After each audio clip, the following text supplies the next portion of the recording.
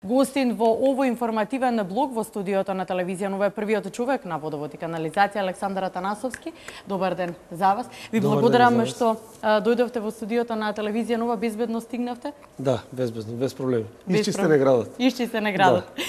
Ајде да се навратиме на првиот снежен бран кој што го зафати Скопје во изминатите денови, донесе температура до минус 20 и некој степен, кој што доведе до проблеми кај граѓаните во замрзнување на цевките, на водомерите, до прекин во водоснабдувањето од неколку часа, неколку денови во некои места. Како вие се справивте како водовод и канализација во овој случај?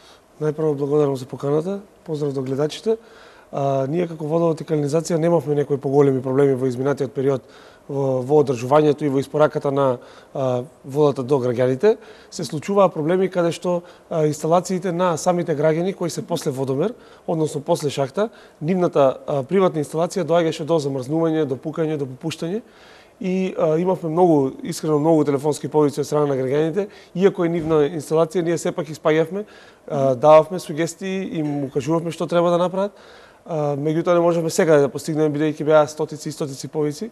Значи најчесто се работи за непрописно на инсталација, непоставена прописна инсталација, бидејќи ние на секој приклучок кога граѓаните доаѓаат во јавното претпријатие водовод и канализација, кога бараат нов приклучок или инвеститори за згради, им кажуваме како треба да ги постават шахтите, на кое прописно ниво треба да изградат шахтата, на кое прописно ниво, односно на минус метро и пол треба да биде поставен водомерот, исто инсталацијата која што доаѓа до самите згради, односно приватни објекти.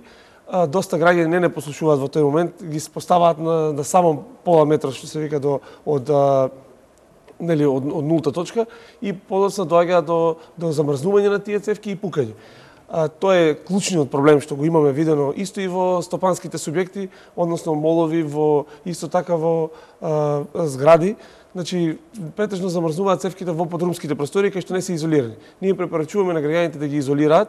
Во секоја железара може да најдат од оние црните стиропори што се изолираат цевките и нема да имаат проблеми, меѓутоа водомерите, како што кажав, пукаат бидејќи се поставени на непрописна длабочина, односно не се поставени и немаат прописен капак, се оставени да ги врне снег и нормално никој водомер не може да издржи на таа температура. Господин Атанасовски, ги споминавте правилата кои што вие ги доставувате до инвеститорите. Да. Конкретно ја зборуваме за згради, па и куќи кога се градат, но која е надлежноста на водовод и канализација? Кога тие смеат да интервенираат во приватен објект, доколку се случи ваков дефект кој што јас имав таков случај на замрзнати цевки, кога смее водовод да интервенира, а кога е тоа должност на инвеститорот? Водовод и канализација не треба да се меша во приватните инсталации после водомер. Значи ние носиме вода на граѓаните до самиот шахта, до самиот водомер, а после водомерот е нивна сопствена обврска. Меѓутоа, како што кажав, ние испаѓаме над 90% од случаевите, постигнуваме да испаднеме и на тие граѓани, да им укажеме што треба да направат, да идат наши екипи на лице место, и покрај тоа што не е наша обврска, помагаме на граѓаните да им укажеме што треба да направат, да ја сопрат водата нашите доколку тие не знаат, да може да се промени таа пукната цевка и како што и уште еден апел, оние што живеат во куќи, не во стамбени, не во згради, значи во овој период да ги изолираат своите надворешни инсталации во дворовите, како што се чешми и така натаму, и да не ги користат бидејќи замрзнуваат. Тоа би значило дека не би имале доток на вода. Да, во таков случај би пукнала цевка, не би имале доток на вода нити во самата куќа. Но што ако се случи да има замрзната цевка? Ајде да помогнеме на граѓаните, верувам дека голем дел сега имаат таков проблем со замрзнати цевки, што да се преземе? Како треба да се изреагира? Кој е временскиот период кој што трае сето тоа одмрзнување и постапката на нормален доток на вода? Значи зависи која инсталација, како што кажав, замрзната. Доколку е замрзната надворешната инсталација, не треба ништо да пипаат граѓаните. Доколку е замрзната, например, во дворовите инсталации. Меѓутоа, доколку им замрзне и внатрешната инсталација, тогаш треба да не повикат нас, да ја сопреме од главен вентил водата, да ги одмрзнеме цевките, да им помогнеме и во тој случај да ја нормализираме ситуацијата. Меѓутоа, ние им укажуваме цело време на граѓаните дека тие кои што им се непрописно направени инсталации мора да ги изолираат, односно да им стават едноставно да ги изолираат за да можат да понатаму повторно да не им замрзнат. Каква е состојбата на водоводната мрежа?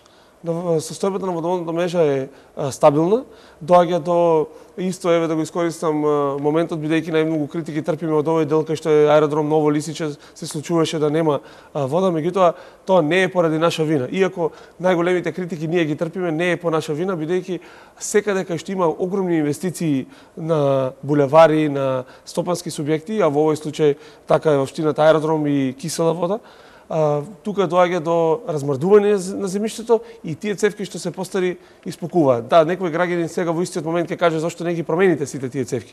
Меѓутоа тие се профили до 400, до 500, до 600, така да фи 600 не можеме тие да ги промениме наеднаш, туку интервенираме и бараме од граѓаните, иако знам дека им е тешко, меѓутоа да не сватат во тие моменти дека нашите работници работеа на минус 18 до пола метра во вода. Тројца од нив завршија на инфузија. Значи, граѓаните работеа до 4 сабајли.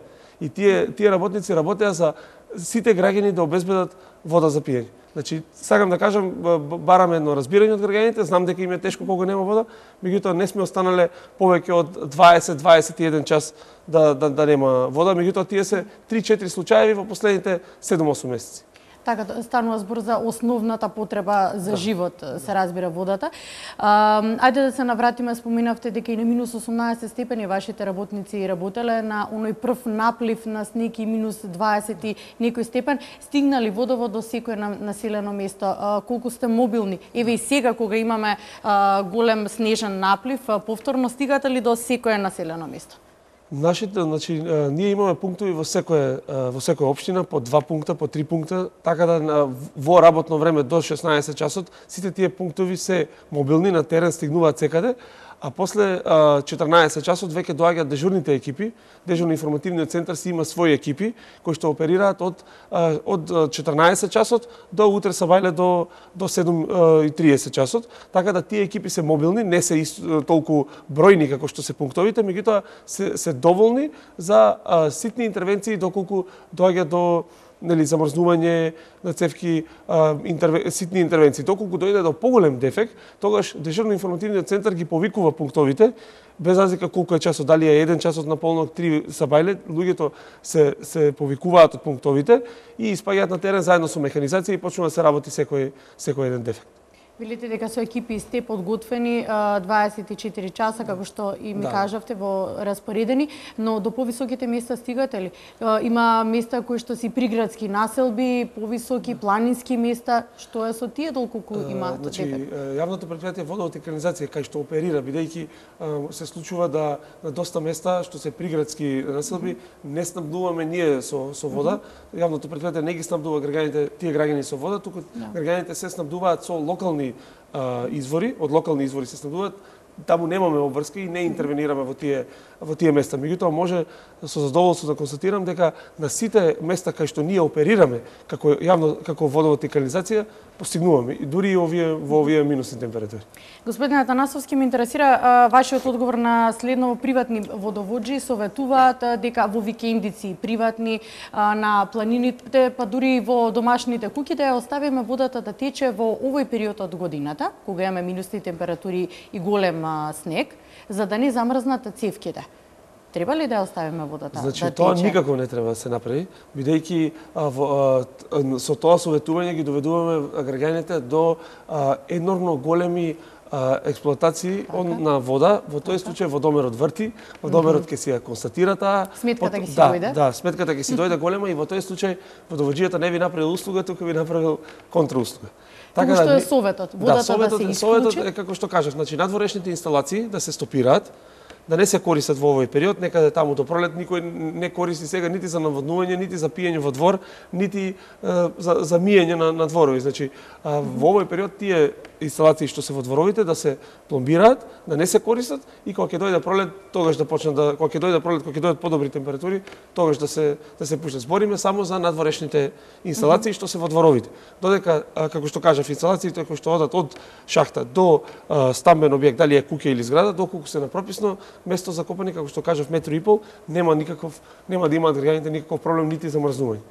водоводната мрежа стабилна во овој период од годината. Сакам само на крај да ве прашам, велат дека од петок имаме и повисоки температури, дали снегов, ниските температури, па повторно повисоки температури може да дојде до некој дефект за кој што треба да ги предупредиме гледачите? Најчесто граѓаните мислат дека нивната инсталација пука кога се качуваат температурите. Значи инсталацијата пука кога замрзнуваат цевките, тие се шират и пукаат. Меѓутоа, бидејќи се замрзнати во тој момент и нема проток на вода, граѓаните не може да осетат дека им е пукната цевката. После 10 дена, кога ќе одмрзне цевката, ќе почне да тече, кога ќе одмрзне водата, ќе почне да тече и ние мислиме како граѓани дека тогаш во тој момент пукнала цевката. Цевката била пукната уште претходно, меѓутоа сега кога попушта во времето и кога почнува да тече, ние тогаш согледуваме дека самата цевка пукнала. Меѓутоа, мислам дека нема енормно голем број, како што кажав, тие се најчесто во подрумските простории на зградите. Оние постари згради кои што не се изолирани цевките, таму пукаат најчесто инсталациите. Господине Атанасовски, ви благодарам за издвоеното време, благодарам што бевте во телевизија Нова и навистина одговоривте на прашања кои што верувам дека ги засегаат граѓаните во овој период од годината, во овие неколку денови. Благодарам и на вас.